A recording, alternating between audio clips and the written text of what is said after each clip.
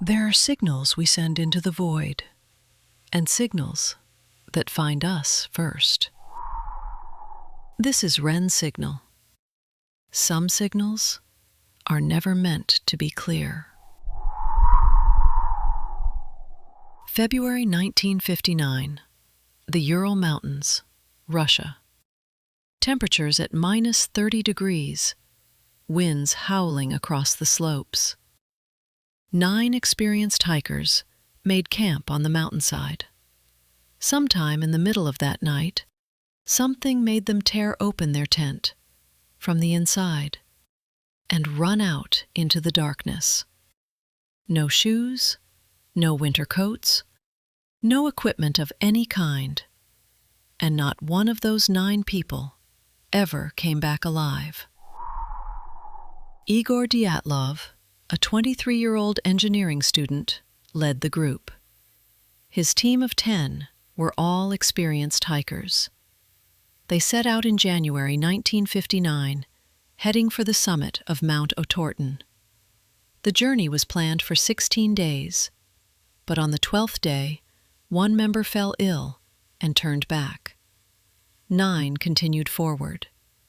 That was the last night anyone saw them alive. When they failed to return on schedule, a search team was sent out. What they found made no sense at all. The tent had been torn open from the inside, not from the outside, as if those inside needed to get out as fast as possible. The bodies of the hikers were found scattered across the mountainside, hundreds of meters from the tent. Some had no shoes. Some wore only a single layer of clothing, and the temperature that night was -30 degrees. Investigators found that the feet of some had been wrapped in strips of fabric torn from the clothing of others, which means, in that moment, they were still trying to help each other. But then, there was something else, something that made no sense at all. Several had broken ribs, fractured skulls, injuries consistent with an enormous force of impact. Forensic experts compared the force to the impact of a car accident, but there were no external wounds. The skin was intact, no bruising, no cuts. No one could explain what had broken their bones like that, and one member of the team was missing a tongue, missing eyes. No signs of violence. They were simply gone. The theories are many. Some believe a small avalanche panicked the group, sending them running into the night.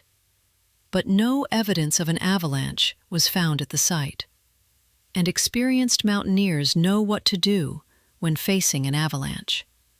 They do not run out into the darkness without taking anything with them. Some believe it was a secret Soviet weapons test. The area was restricted and classified at the time, and investigators reported traces of radioactive material found on the clothing of some of the hikers. But no official confirmation has ever been given. Some believe they encountered infrasound, low-frequency sound waves that humans cannot hear but can feel. It can cause sudden panic, hallucinations, and an overwhelming sense that something is nearby. Some describe the feeling of infrasound as an urge to flee immediately without knowing what you are fleeing from. And then there are those who speak of something with no name. That night, witnesses in nearby areas reported seeing orange lights drifting across the sky. No one has explained what they were. The Soviet government closed the case in 1959, listing the cause of death as an unknown compelling force, and kept all reports classified for decades. In 2019, Russia reopened the investigation, and in 2021, they announced an official answer. A small avalanche panicked the group and sent them running into the night. But many scientists and investigators remain unconvinced. Because an avalanche does not explain broken bones with no external wounds. It does not explain a missing tongue. And it does not explain why experienced mountaineers ran into the cold without taking anything at all.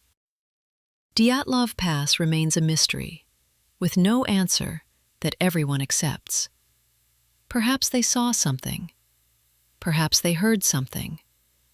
Or perhaps there is something out there that humans still have no word for. This was WREN Signal. Some signals are never meant to be clear.